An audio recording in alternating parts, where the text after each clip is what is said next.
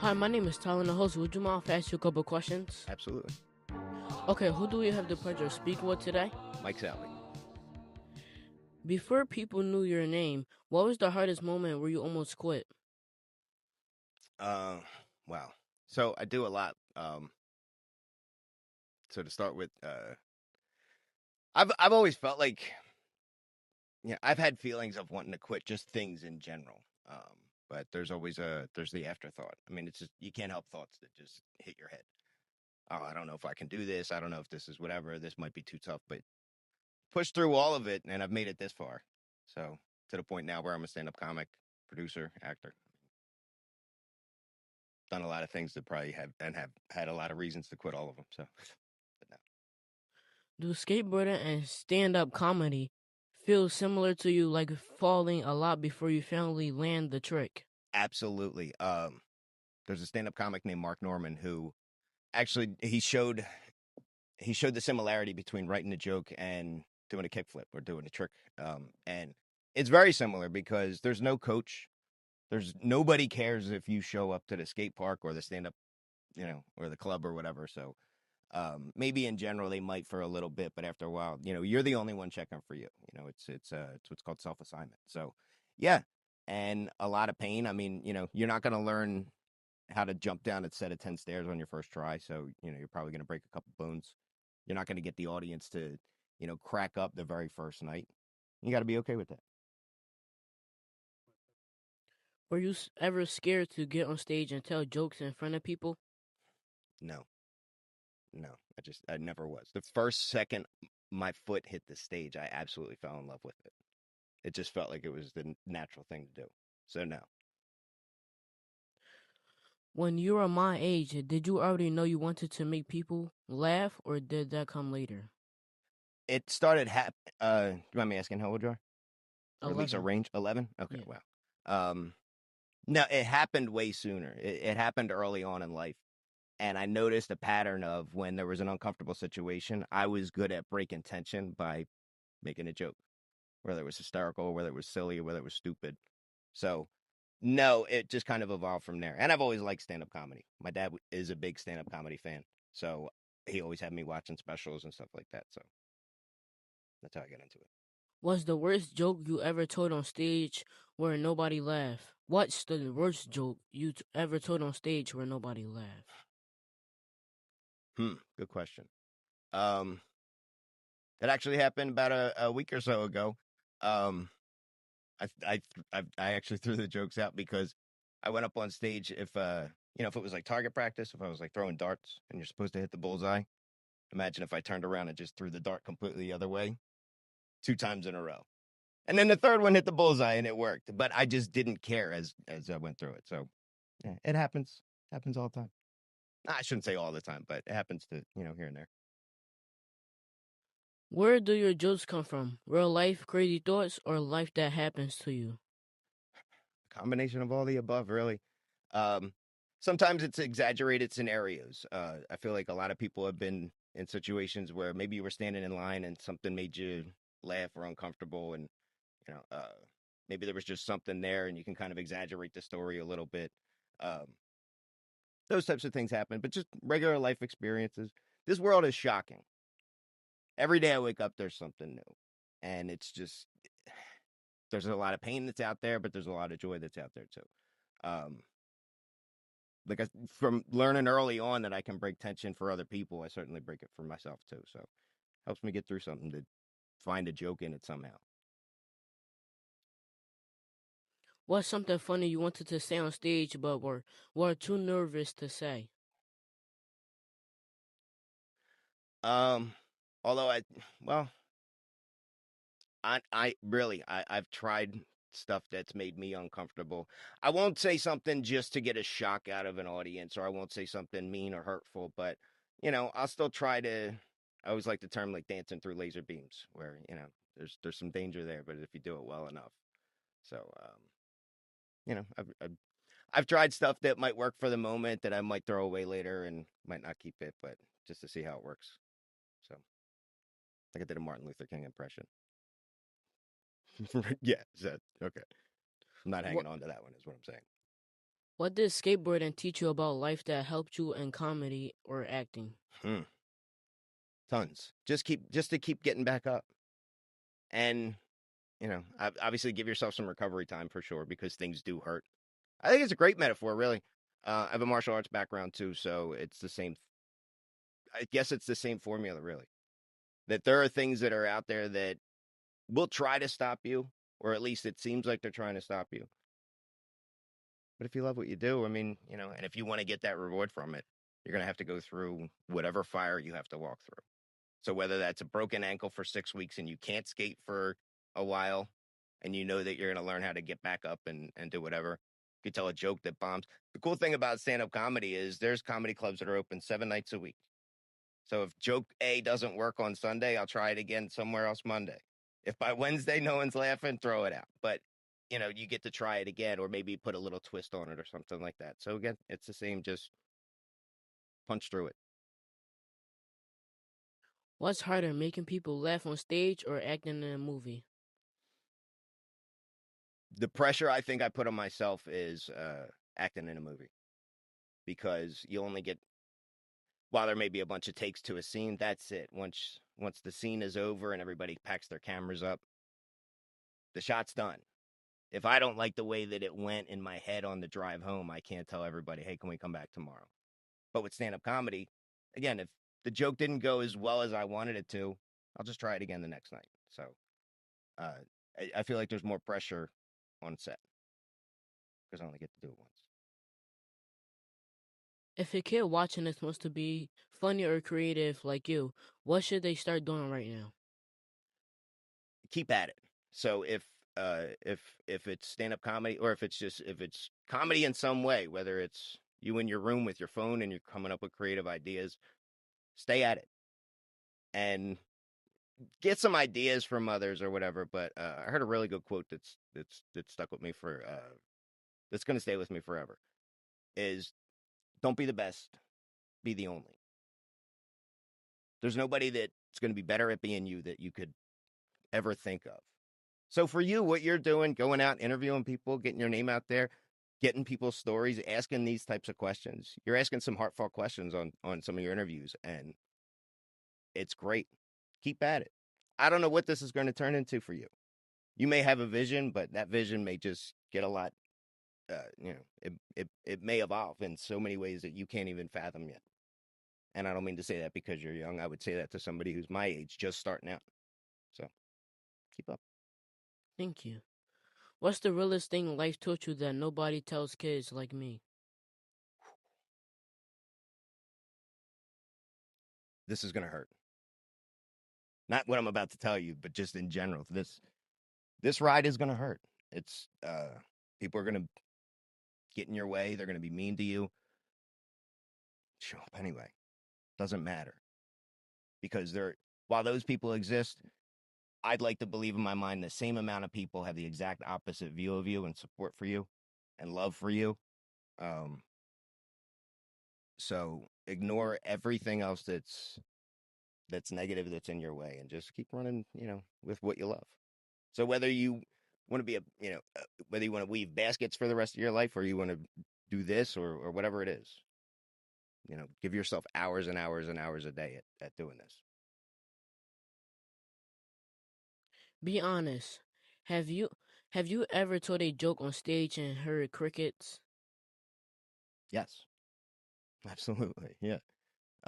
Again, it happened, a couple weeks ago. It happened first starting out. And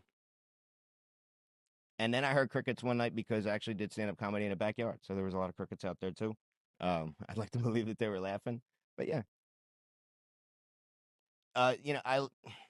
I'm not a huge sports fan, but I do know that a great average in baseball is 33% of the time that the batters are up there, they hit the ball. Great batting average is 333, right? That means 7 out of 10 times that they swing, they miss. Nobody talks to them about how, what did that feel like when you swung the bat and nothing happened? They're like, I don't know. And then they drive off in their Ferrari or whatever they buy. So Who in your family gets roasted the most in your jokes? I should roast my uncle more. just because he's a goofball. Um, Nobody really in my family that much. Um, Probably me, I guess I would say, because most of my yeah, I guess it's me. Out of everyone in my family, most of my jokes are about me. So yeah, I don't pick on anybody. Do you ever tell jokes that kids like me wouldn't understand, and then look at you, the kids like, yeah, this one ain't for you? I was hired to do stand up at an event, and a couple of friends of mine brought their kids in, and I wasn't really the way all my jokes were structured. It wasn't really kid friendly. So the fortunate thing was, I said, listen, kids, I either bailed some of your parents out of jail or was there with them, so you're gonna learn a lot tonight. So um, it just kind of depends. I mean, but if I see a child in the audience, I'm certainly going to tailor my jokes a little bit differently. So, or ask them to leave. What's the most awkward thing someone ever yelled at you while you were on stage? Okay. This is the first thing that came to mind. I've never done cocaine. Okay, it's just a drug I've never done. Um, so I said that on stage one time, and someone screamed with anger.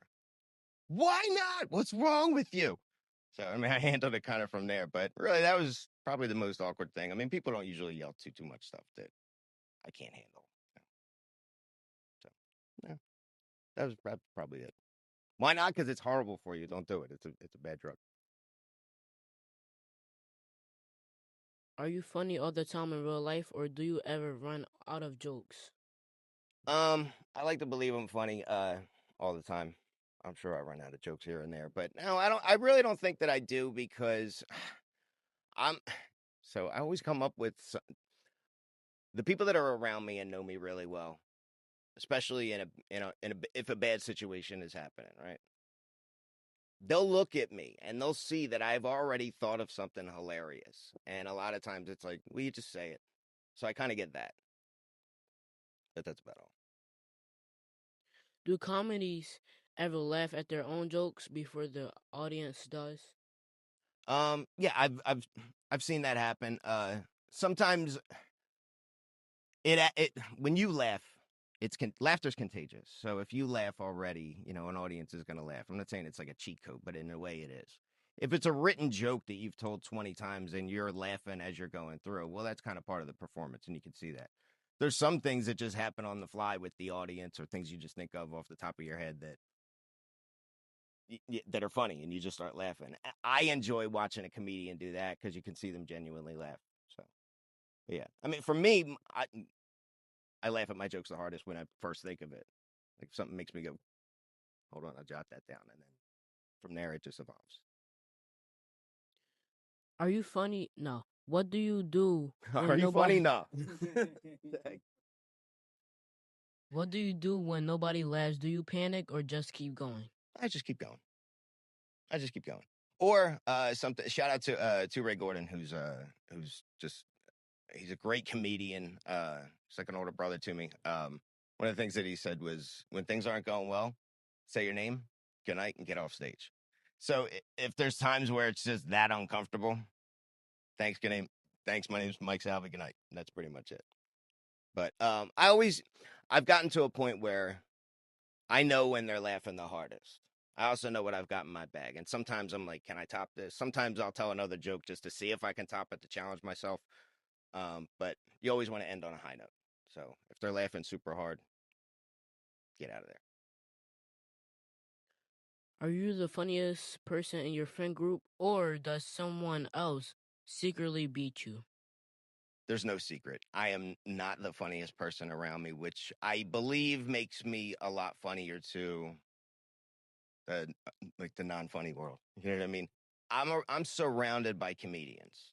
Buzz Taylor, my partner in excellence, is hands down one of the funniest people I've ever met. I get to work hand in hand with Dom Dukes, who is by far one of the funniest people in the world. So as far as comparison, no, we're just different. It's like naming your top five, musicians, performers, whatever it is. It's like everybody's got their own opinion. But no, I would like to believe that I am, but it's not a competition for me. And I grew up with cousins and construction workers that just either are all, there's so many construction workers that are funnier than some of the most famous comedians you'll ever meet. You know what I mean? So I kind of grew up around that, and it just you have to become that in order to survive. Show up to work every day and they keep making fun of you for being 5'7" and 150 pounds working on a job site trying to carry steel and stuff like that. You know what I mean? So yeah, I had to put up with a lot. Have you ever been roasted by a kid and couldn't come back with a joke? I want to say yeah, and probably just because just the level of brilliance that came from it. Like I can't think of anything off the top of my head, but I mean, I definitely like. I mean, I have little cousins that are like, especially when people know that I'm a comedian. Sometimes they'll go out of their way to try to be funnier. Some of them are. Some of them just hit pretty hard. But yeah, yeah. So they're out there. Keep it up. We want to get roasted. Yeah. What's the funniest thing a fan ever said to you in public? Hmm. That's really hard to say. Because they're not that funny. I'm the funny one when we're talking. You know what I mean? So yeah, I don't think anyone's ever said anything that made me laugh. No, I'm just kidding. I'm not sure. I think just kind of after I get off stage, as long as I get that like, yo, that was great. There's a difference between somebody saying like, hey, that was funny versus like you get this look of like, I've had people stop me on the way out and say, like, tell me stories that were relatable to things that I was on, saying on stage. So for me, that's like, oh, you were listening. So that's all. What's the longest silence you ever had after telling a joke? Mhm. I'm also the type that likes to stretch that silence out. I like that pressure. So, uh, I don't know. I mean, never really too long. Um, I won't. Yeah, if an audience doesn't laugh, I mean, I'm probably right away with something else, or they're laughing at my reaction to them not laughing. So I don't let it go too long, but on purpose. If I don't mind stretching it out. I don't mind the tension a little bit, but yeah, not too long. What's the joke you wanted to tell so bad but knew it might get you in trouble? Hmm. Just for you're 11, so I'll just say that it was a joke. It was a joke about somebody really close in my life, and it was like based on something that happened. It was pretty horrible. Uh, I told it anyway. I stopped telling it, but I did tell it a few times. But it's not something that I'd like to repeat. So, but yeah, that's happened before. You know, um, that was kind of with that one. There's sometimes where you test it out and you see like, is it worth the pain? The expression is the juice worth the squeeze? But sometimes is the laughter really worth the pain that you're going to have to go through and the backlash that might come from the laughter that you just got? So you got to weigh all that stuff out. And is the version of you on stage the real you or a character you created? It's the real me, which is what makes it easier. So I guess from a lazy perspective, it's less work to do, because then I can just be me. But no, that's definitely me up there. Maybe if my stories are a little exaggerated, that's one thing. But it's not like I'm not telling made up stuff. I mean, the things that I find humor in things that have happened to me, so I craft that in a way on stage. So it's for the most part all based on real things that have happened. So If a crowd completely turns on you, what goes through your mind in that moment? whoops. Where's the fastest way off stage? That's never happened. Because I get, yeah, I mean, as far as being vulnerable, yeah, you're at the back of the room. There really isn't an exit door. I mean, you have to go through, and that's another part of it too. It's where that pressure comes from. I really want to do well up here, because then you have to walk through a crowd of people that you absolutely didn't make laugh. So, but no, I've never felt like my life was threatened yet. This is Raw Vision, so I gotta ask you one more real question before we go. Okay. What's the realest thing life taught you?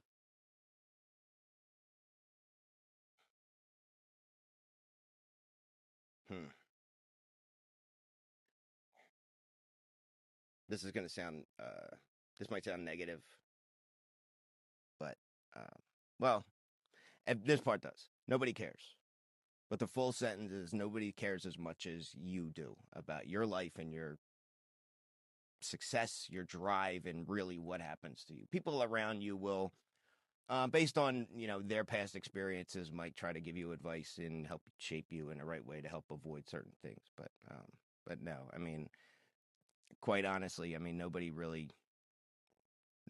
one's gonna push harder for you than you are, because you might hit a dark point and look around and your phone's not ringing. It's like, how come nobody's reaching out for me? Well, maybe you got to stand up. Maybe you got to get up. So, uh, yeah. So in a very overall positive way, yeah, nobody's going to care about your drive as much as you are. So that. Could you explain to me what you guys do here at the XLND Productions? Yes, I would love to. Excellence Productions, spelled exactly the way you said it. We the company started with myself and my partner Buzz Taylor. We're both stand-up comics. That's how we met, and we started working together on comedy skits and a lot of different things. And then I produced podcasts. He produced a live show. We kind of joined forces and on a few different projects. And then, as much as we were working together, we just looked at each other and said, "How come we haven't started a company yet?" So we did that, and we took on producing other people's podcasts for them, whether they're comedians, whether they're just like vloggers. The list is endless of people that come here and record. So we help produce all their content. We do video ads for businesses, documentaries, stand-up comedy specials, and now that we have director Raheem Roher working with us in-house, we have exposure to producing films. So we do a lot here. Everyday regular content. Comedians come in and just shoot stuff here too. So we have a lot. An Abyss room, a green screen room. The Abyss room is like where it's like all black. So yeah, we have a lot of cool stuff here. Can I ask you a joke? Absolutely. How can you fit a elephant in a refrigerator? How do you fit an elephant in a refrigerator? Open the door, put him in. How do you fit a giraffe in a refrigerator? I feel like you have to take the elephant out first, don't you? Yeah. I know this one. Think the people needed to hear that. Thank you so much for spending the time to speak with me. I appreciate it. I appreciate you doing what you're doing. I appreciate being a part of it. I'm excited to see where this goes for you, man. Thank you. Absolutely. Thank you for tuning in, Visionaries. This is Fully Raw Vision. I'm your host, Tylen. Until next time, stay inspired and keep building. Peace. Shit, man. Excuse my language. Good stuff. Hi, I'm comedian Mike Salvi, just like it says. And shows on the mug. I'm here on Philly Raw Vision. I'm here with Tylen. This is a fantastic interview. Make sure you subscribe, like, comment, follow. Help drive this guy to the future.